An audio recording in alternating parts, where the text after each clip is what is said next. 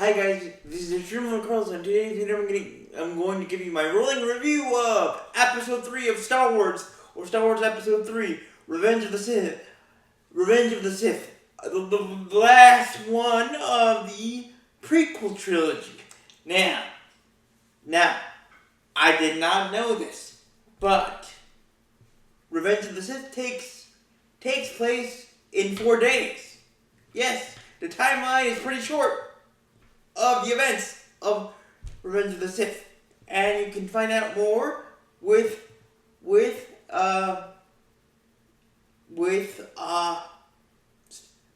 if you want to know a little bit more of what I'm talking about, you can go to the Star Wars Explained YouTube channel. Now, guys, let me be clear about this. I don't know how to put a link into the description to tell you guys that, like other YouTubers like myself that are more advanced into their YouTuber life. I'm barely scratching the surface thanks to you, but for now, I'm going to tell you where you can get the information instead of telling you like my fellow more veteran YouTubers say. I will leave you a link in the description, but for myself, I'm gonna just tell you, if you want some more information about Revenge of the Sith and the other prequels and the historical backstories of why did who was General Grievous before he became the General Grievous that we know and love. You can find that out in my fellow YouTube channel, of Star Wars Explained. Now, with that being said, guys, here we go. Now, like I said, just like I said a little bit ago. According to my fellow YouTube channeler, Star Wars Explained, Revenge of the Sith takes place in about 4 to 6 days. Yes. Again, I did not know this.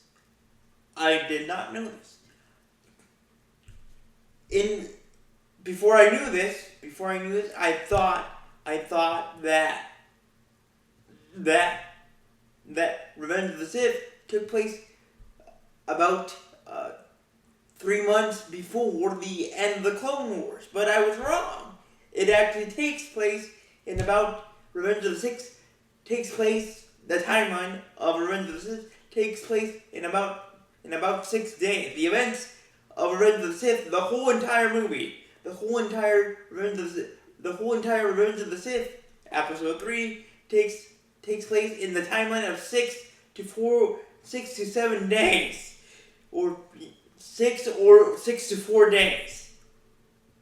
So here we go. So the Clone Wars are raging on. Anakin is not quite yet a Jedi Master, but he's a veteran Jedi. He's a veteran Jedi Knight because he has been battling throughout the campaign, the Clone War campaign, and obviously Obi-Wan is still a Jedi Knight, but now he's General Kenobi, General Knight Kenobi, and Anakin is that too, but he's not quite there yet to be a part of the Jedi Council. and here's where it begins. So apparently, Palpatine has been captured by Chancellor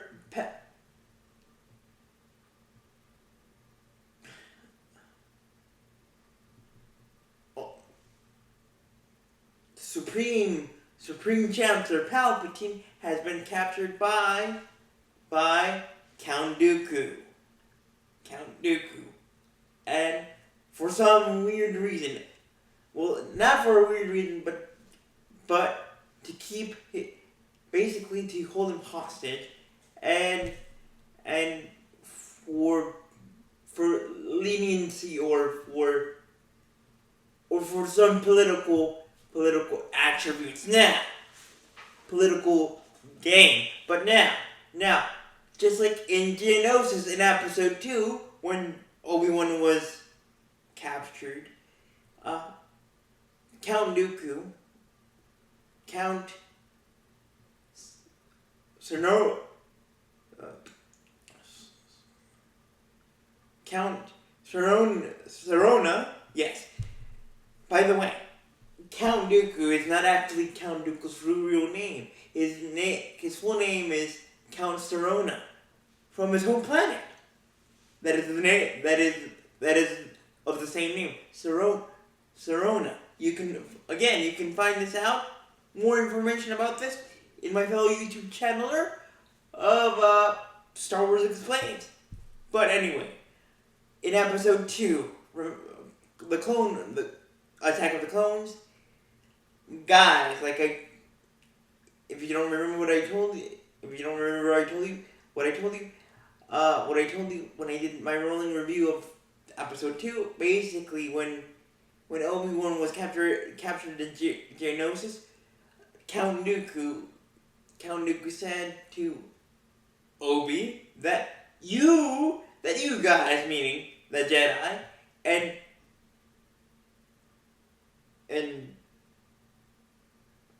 Coruscant, have the Dark Lord inside your circle. And Obi-Wan was like, no, there's no way. But like I told you, I don't know how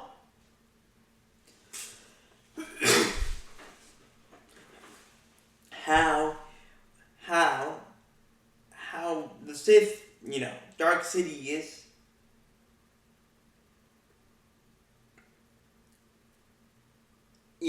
basically snuck into the political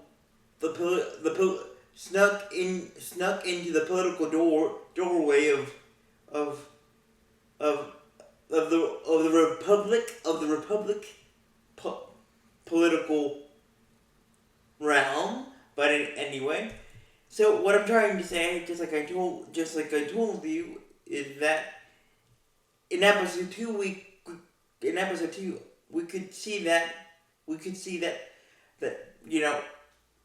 the Chancellor Palpatine and Darth Sidious have the same voice but different tone of voice. A good tone, a political good tone, and a evil Sith Lord tone, and more creepy tone of voice when he's Sith. So, not knowing this, and knowing that, and Count Dooku knowing that Palpatine is actually his master, he's and I'm guessing, and this is my own theory, this is my own theory, guys, that Palpatine, or Dark Sidious said, made up a plan with Count Dooku behind the scenes, and said, "Wow," and told him, "Why don't we do this? Why do you capture me as Chancellor Palpatine, so we can suck or lure in Obi-Wan Kenobi and his Padawan Padawan Anakin Skywalker, and then we will finish them off. But what Count Dooku did not know, or Count Serona did not know is basically Palpatine did the switcheroo on him. Did the switcheroo, the old switcheroo, like the old saying says. Basically, what Palpatine did is basically lure in Obi and Anakin to rescue him from the captivity of Count Dooku, but with the sole purpose to basically make Anakin shine in his presence. Basically, this is a precursor of what would come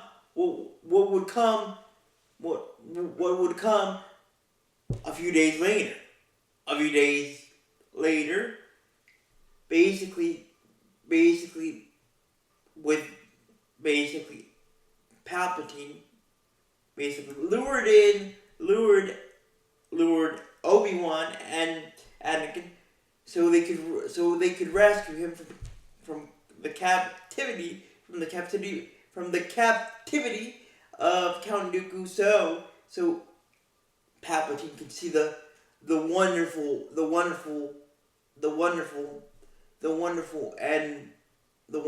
asset and the wonderful new toy that Anakin could be in the future, which he eventually becomes as his true identity is discovered to be as the Sith Lord, or the Supreme Sith Lord, Darth Sidious, better known as Darth Vader. But so after basically following the orders of Chancellor Palpatine of executing and basically cutting or sawing or cutting off Count Serona's head off / Count Dooku's head off. Obi was like, no, this is not the way of the Jedi. This is not the way that I trained you. This is not the way. This is not the way.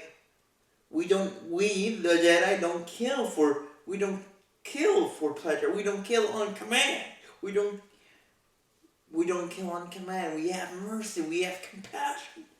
And then, but here's the kicker. But here's also the kicker. After rescuing Chancellor Palpatine,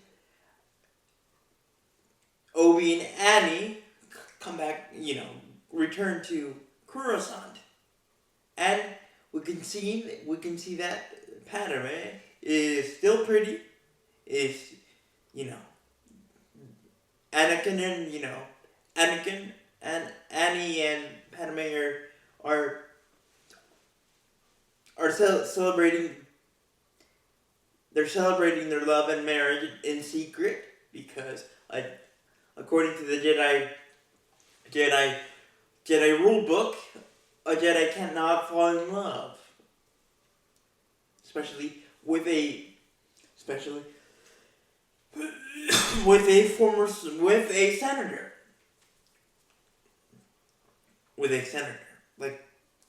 So according, and this is my guess. To me, or this is my guess, this is about 3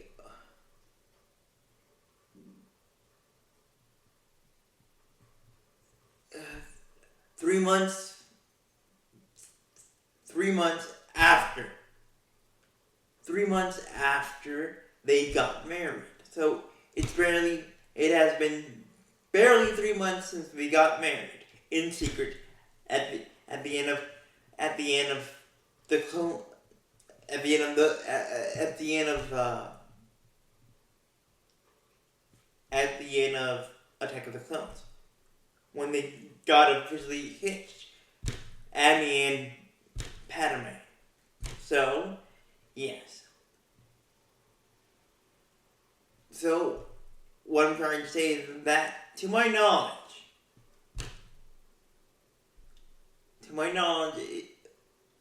and this is my guess, Padme and Annie have been married for about 3 months. About 1 year, no, about 3 years into the Clone Wars. Almost 4. And we can see that Padme is pregnant. But here's the kicker. Annie, just like he had with his mother, he had very intense bad dreams about his mother. And now he's having future intense dreams about the birth of his son, which we would later known as Luke Skywalker / also Leia Organa, or Leia Skywalker Organa. So what does Annie do? He tries to get a seat in the Jedi Council. Accepted. But no. But the Jedi Council, says no. Especially Grandmaster Yoda says no, because he could see a little bit of, yes, and you're a veteran Jedi, but you are this close. You just have to be patient with yourself. And this is what drives Annie behind the scenes to build an early healthy friendship with Chancellor Palpatine. But Obi says to Annie, I don't like how close your friendship is with Chancellor Palpatine. I just don't trust it. Not you. I don't trust you in the friendship, but I don't trust Chancellor Palpatine. And it turns out that Obi was right, because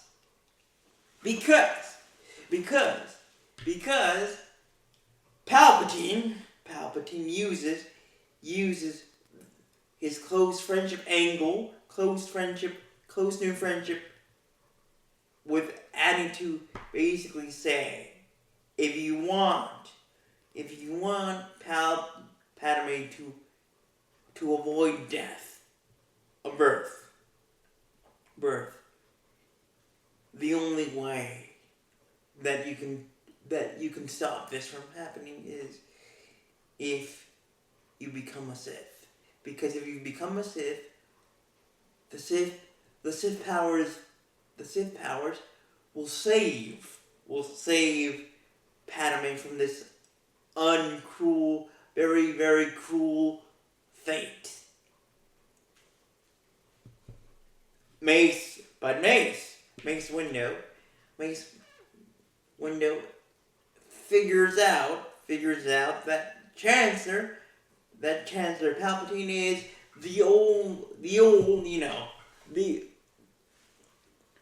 Old Wrinkles himself, Old Wrinkles himself, Old Wrinkles himself, like grapefruit, like a raisin, like a wrinkly raisin, which raisins are very tasty.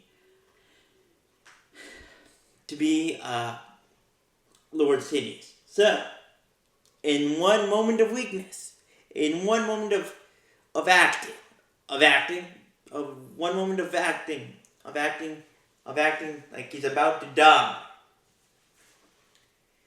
When Mace Windu discovers that Chancellor Palpatine and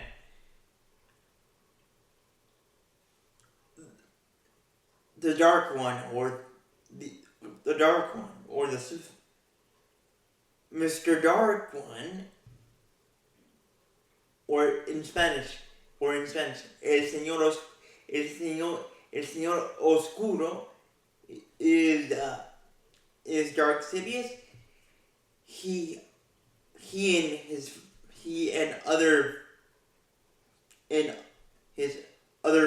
his guards, or his bodyguards, tried to arrest Chancellor Palpatine. But Palpatine shows off his true voice, his true voice, and he says, "You're not gonna catch me," or something. You're not gonna capture me. By this time, guys, obviously, Palpatine had calculated that if something were to happen to him, or if he was being confronted by another Jedi, hence a random Jedi, hence Mace Windu, which I'm not saying that Mace Windu was a random Jedi. Actually, I think, in all reality, in my opinion, I think, Dark Sidious chose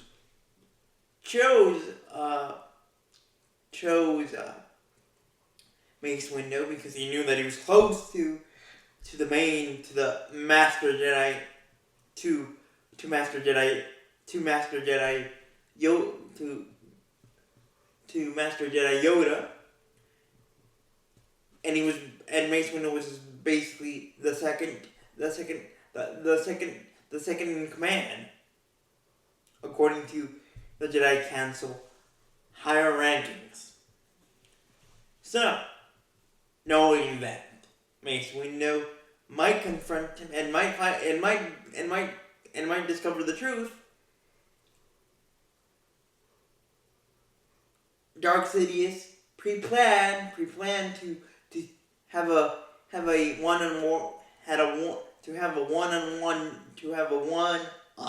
talk with Anakin, who's pretty worried at this point. Who's pretty worried at this point that his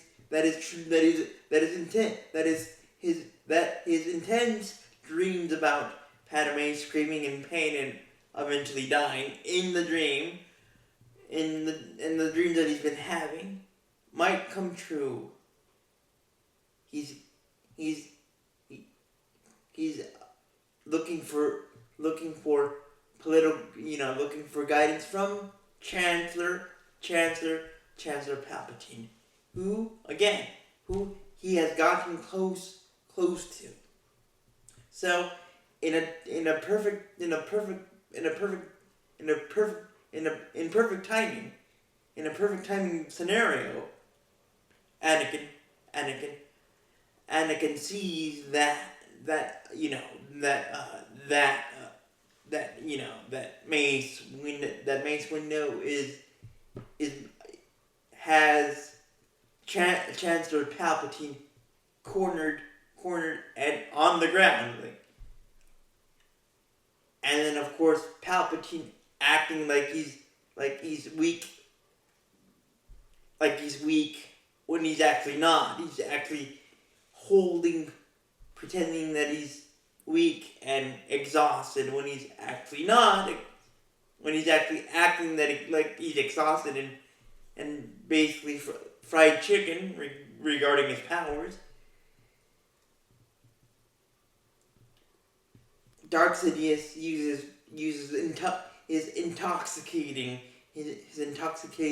seducing voice to convince Anakin that Mace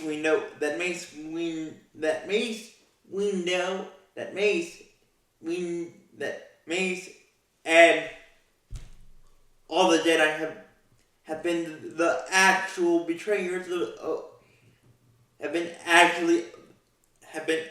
have been conspiring against him and the Republic. Eventually, Annie falls under the spell of Dark Sidious's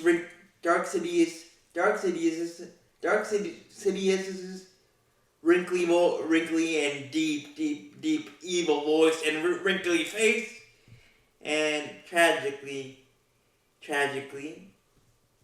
we see one of the greatest falls, in my opinion, of a hero of all time. We see the fall of a future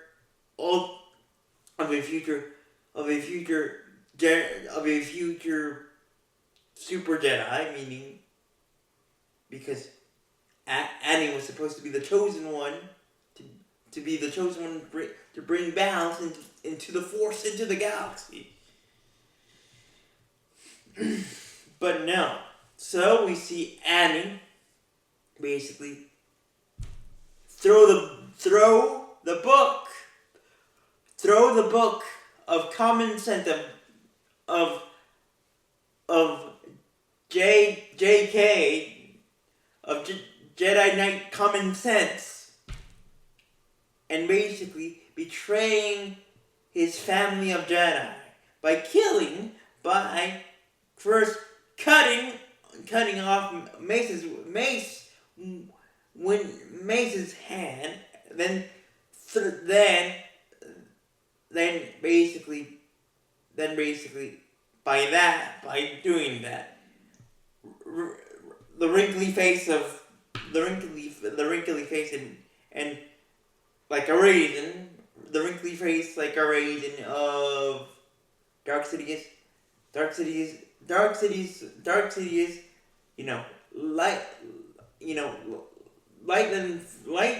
lightning forces pushes poor Mace Windu out of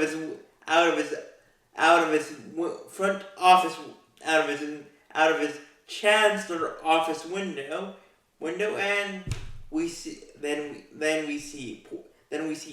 poor Annie talk to himself and say, what have I done? What have I done? And of course, we see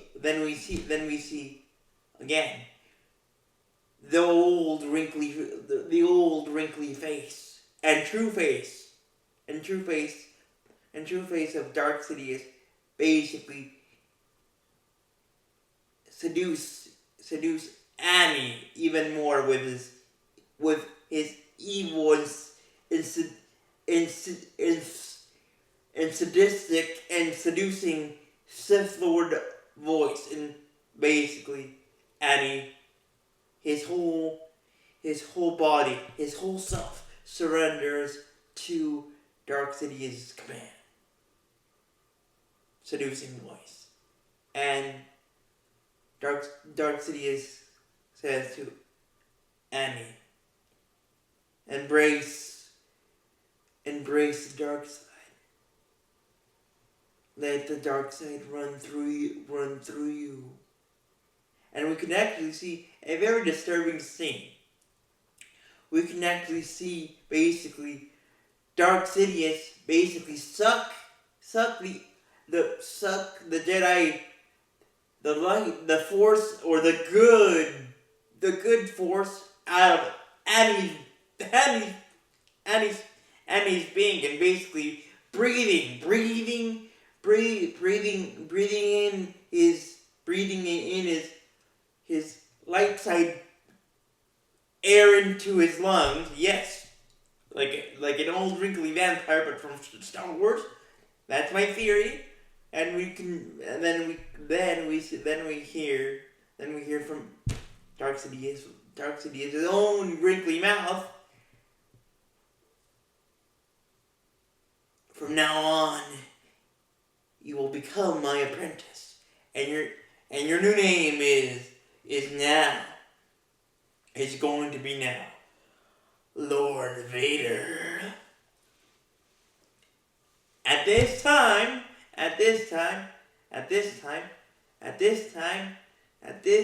guys, Order 66 hasn't been activated. So after basically seducing seducing Lord Vader into becoming his true civic self, his new civic self, Lord Vader is now supporting Chancellor Palpatine, Chancellor or Emperor Palpatine, and his new political plan of rebuilding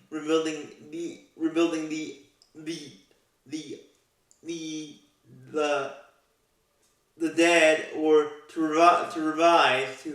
rise from the ashes of the old republic,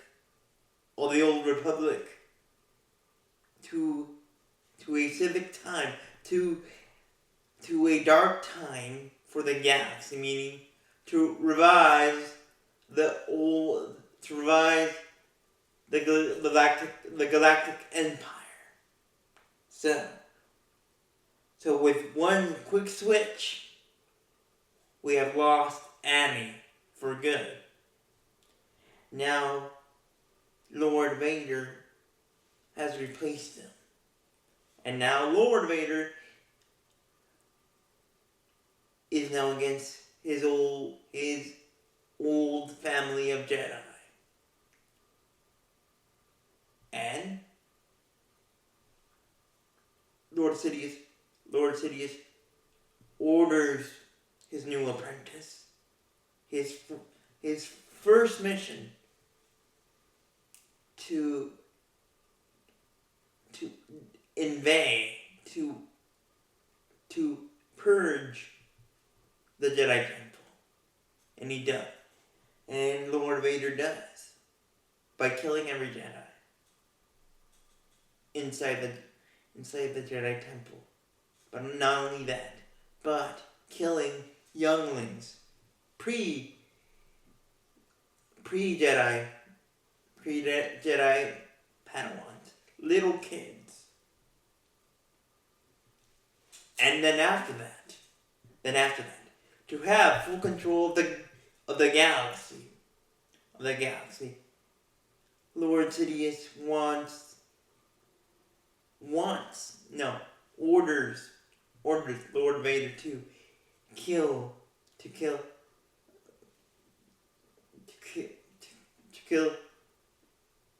Lord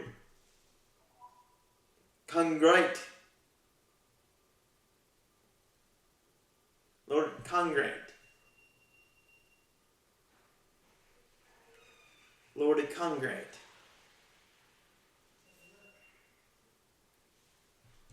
Or the Viking Congrate. Because, again, in order to have control of the Galactic Empire, Lord Sidious wants every stone to be flipped, including his alliance with Viking Conrad and his cohort of the Federation. So Lord Vader is ordered to go to the fiery and volcanic planet of Mustafar to kill the Federation leaders that are meeting that are having a emergency meeting that are having this emergency meeting in Mustafar. So Lord Vader goes to Mustafar and goes to and basically kills every Federationist inside the meeting. By this time, Lord Vader has fully enveloped, fully embraced his new home of the Sith, and embraced the dark side, and we can see it by his yellow eyes. By this time, back in Coruscant,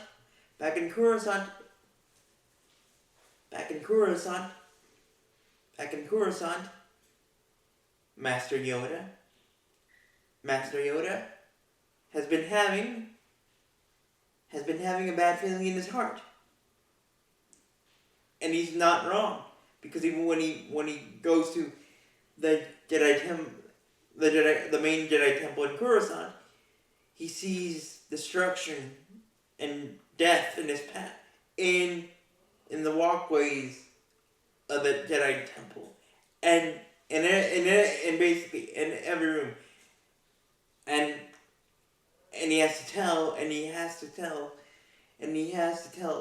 Obi the perpetrator, the name of the perpetrator that did this act.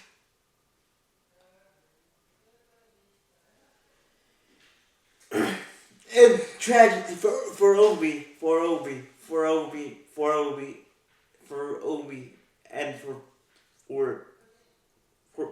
Master Yoda, the perpetrator that he gives the news to Obi, the name of the perpetrator is your Padawan, Anakin. And of course, Obi's incredulous. He can't believe it. He can't believe it. But the one person that might be the most shocked about this, besides him, would be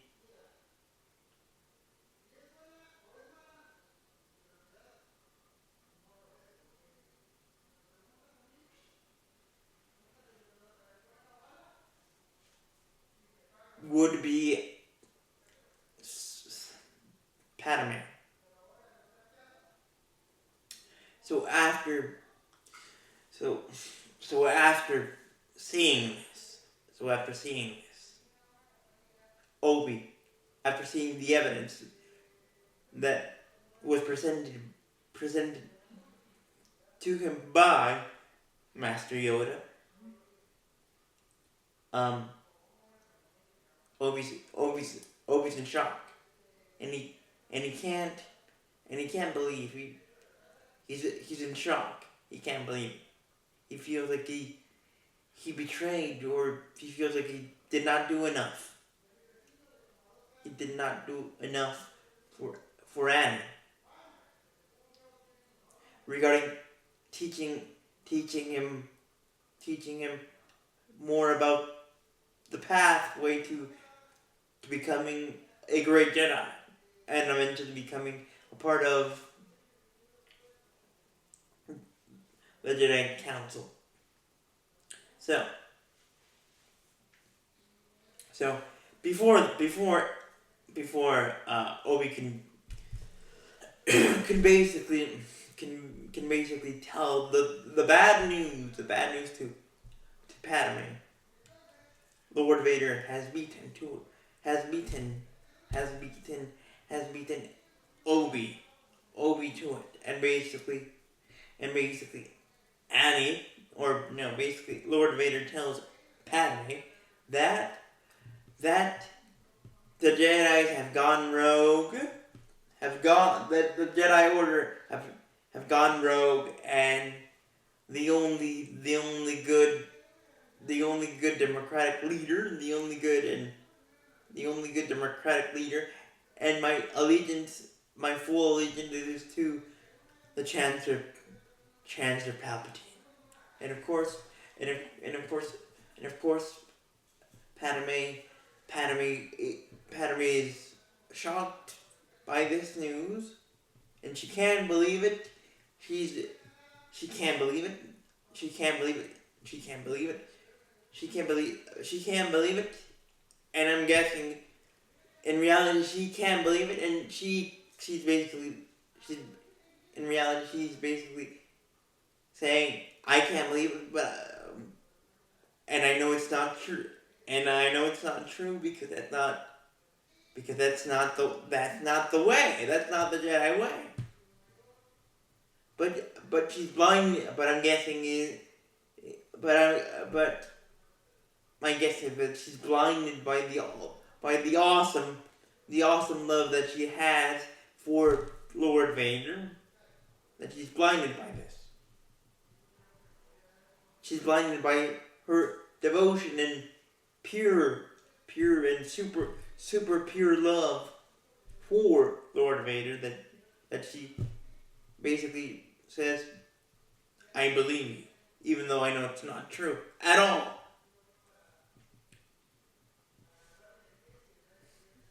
Then we see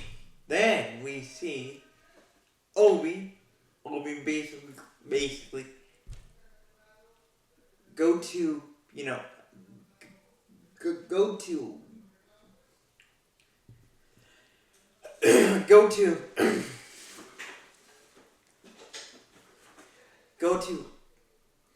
Padme's house / Lord Vader's house, and basically tell Padme that Anakin, that the man that you love is gone.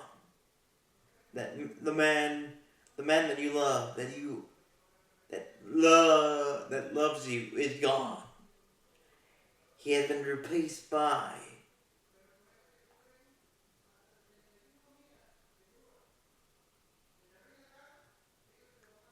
a shell of a man. And now to save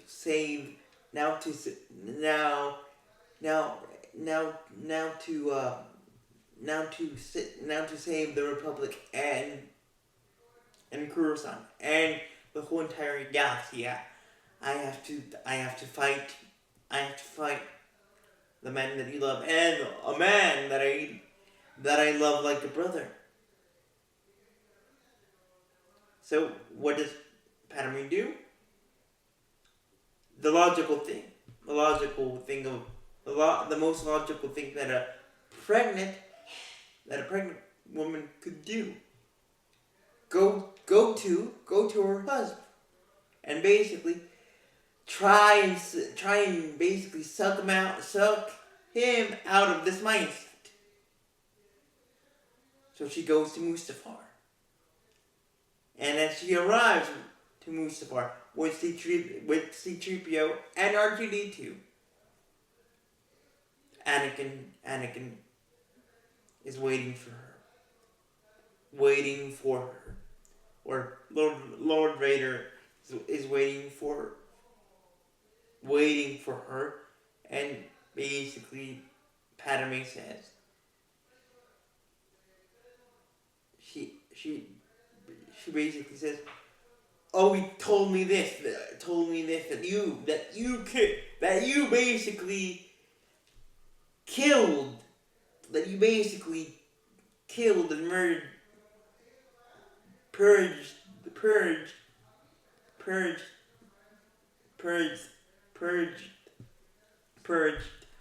the Jedi Temple, and now your allegiance is with the Chancellor Palpatine." And to this, Lord Vader responds to, you have sided with with Obi-Wan.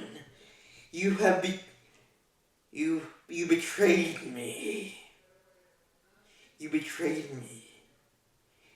You betrayed me. You prefer to join. You prefer Obi-Wan's side. And Lord Vader proceeds to use his newfound power, or uses his newfound force or Sith force power to choke, to choke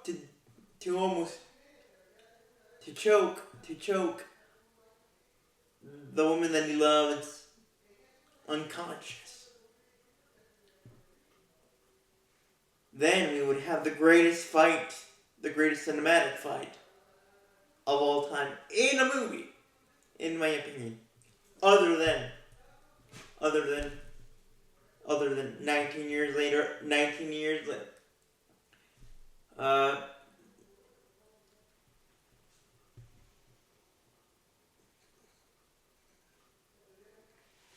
20 years later, before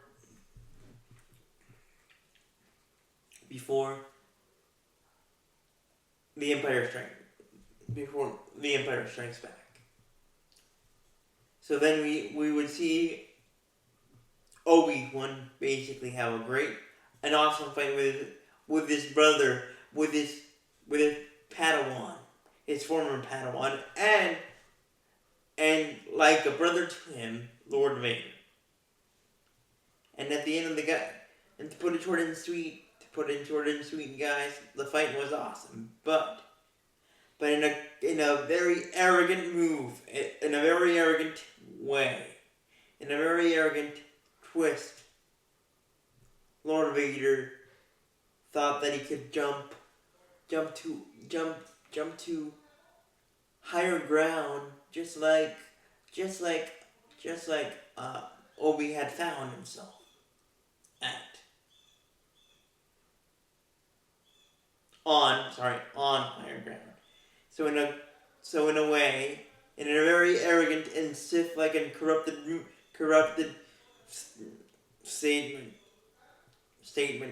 without actually saying anything, Lord Vader tried to jump to higher ground, or to the higher ground where Obi was standing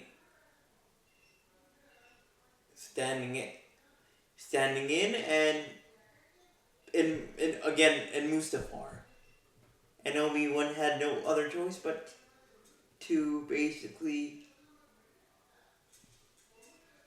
fillet Lord Vader's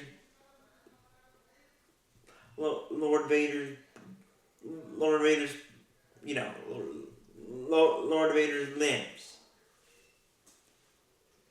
And we would see the greatest, I believe one of the greatest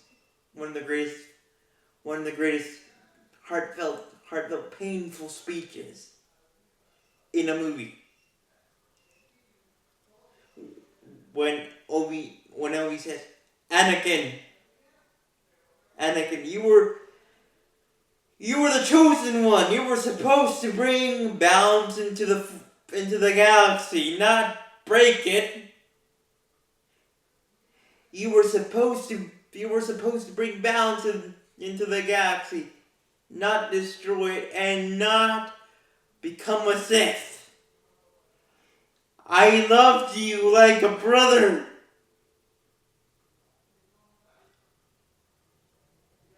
I didn't want to do this, but I loved you like a brother. Then we see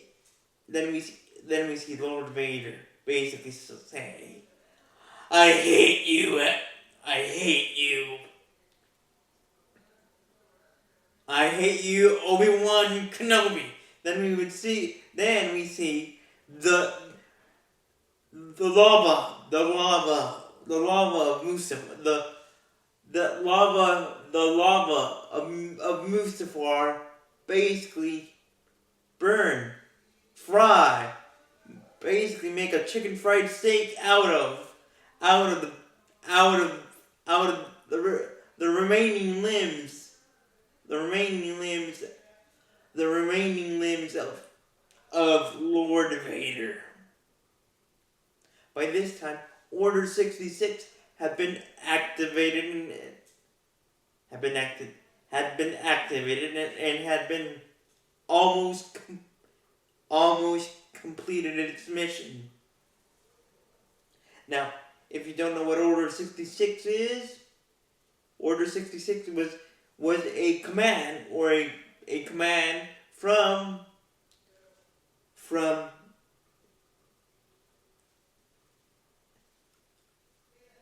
Emperor Sidious to all the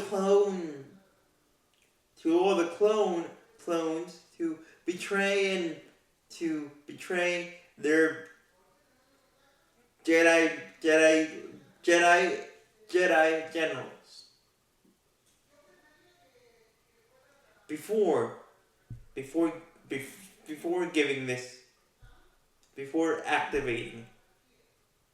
activating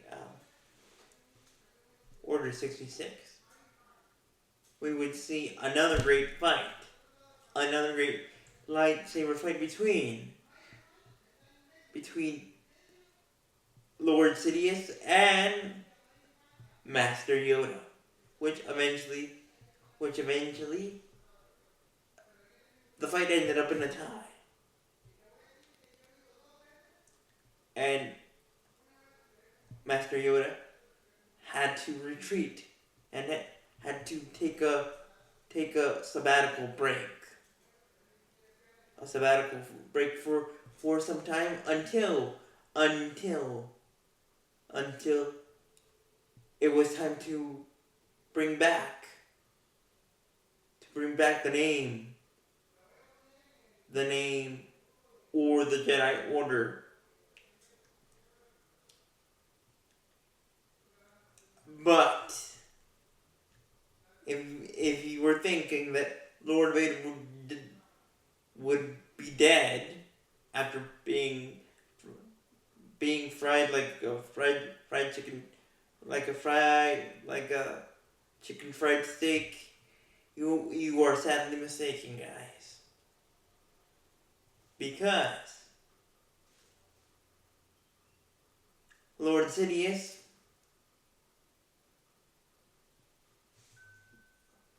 went to Mustafar to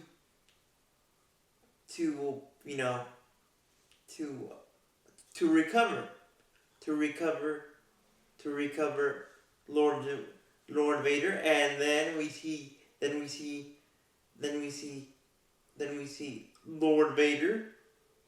Lord Vader screaming in pain as his new life begins, as his new life and new power begins when he's transformed to Lord Vader fully, as we know him as. Basically, you know what I mean, like into the suit of Darth Vader. Now since Lord Vader's lungs and every part of his body were almost burned to a fried chicken,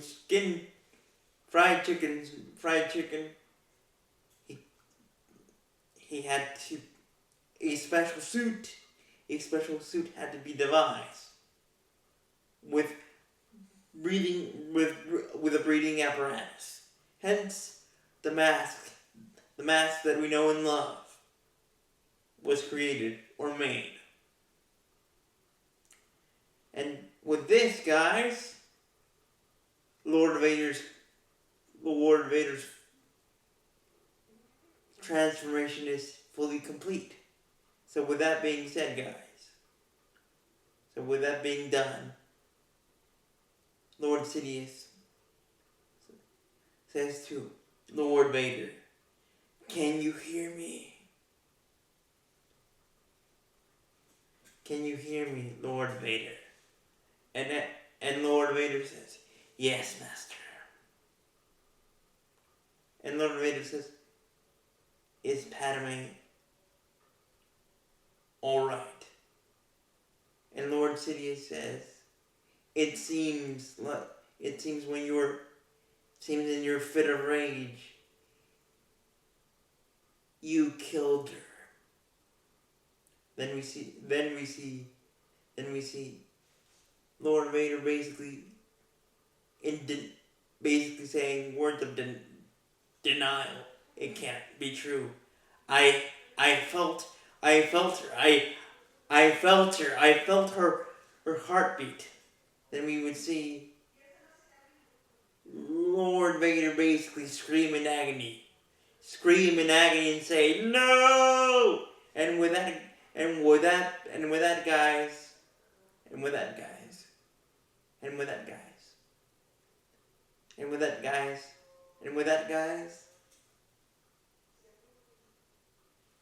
and with that, guys, and with that, guys, back, and with that, guys, and with that, guys, and with that, guys, Lord Vader's full transformation, as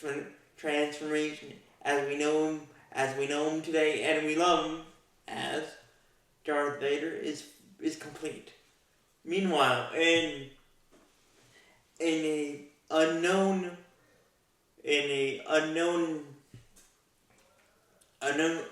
secluded planet,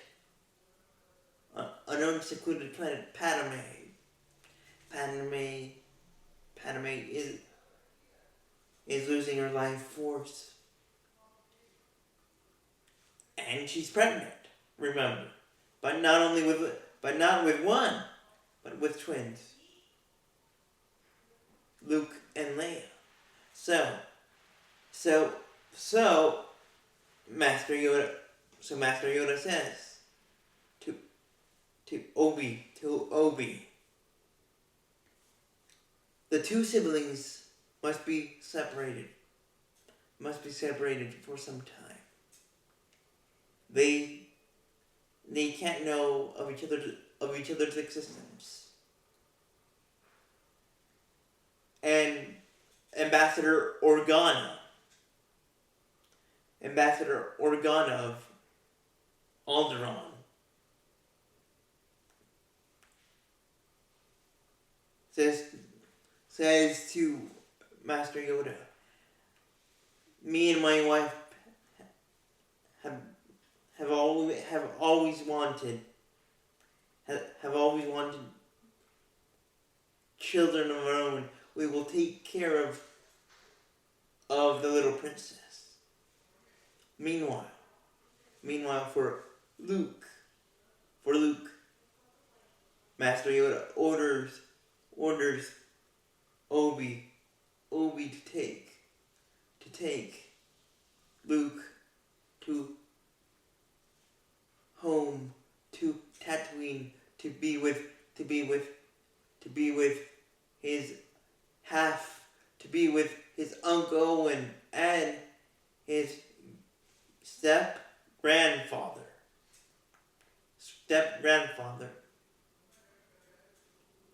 Or,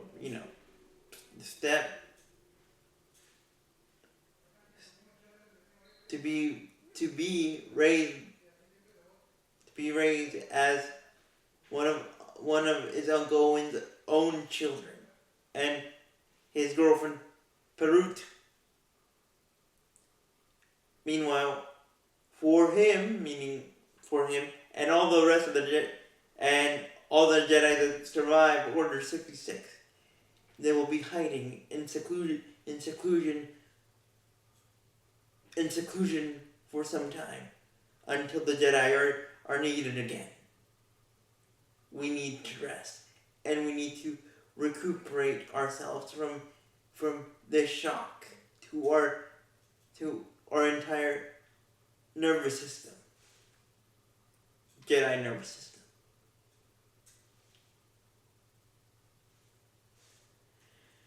Then Master Yoda says to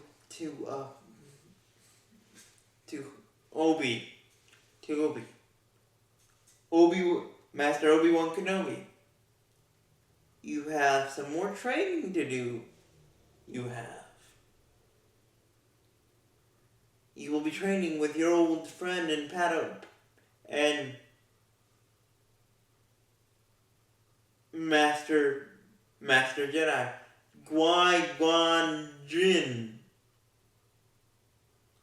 I will show you how to communicate with him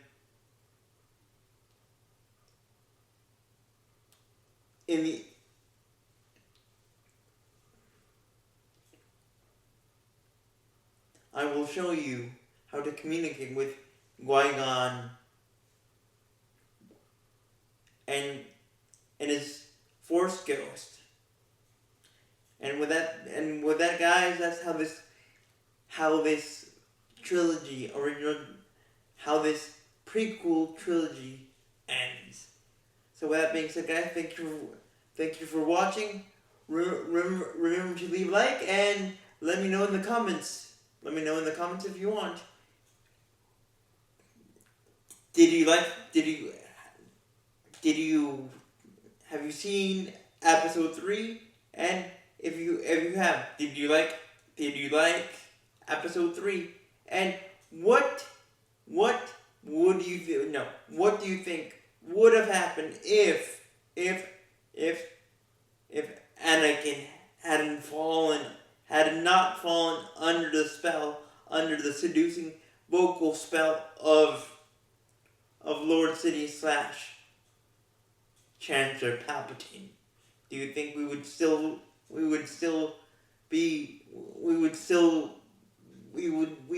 see Anakin young and unfried self? So, with that being said, guys, thank you for watching. Remember to leave a like and with that being said, guys, thank you for watching. Remember to leave a like and may the Force be with you. Bye.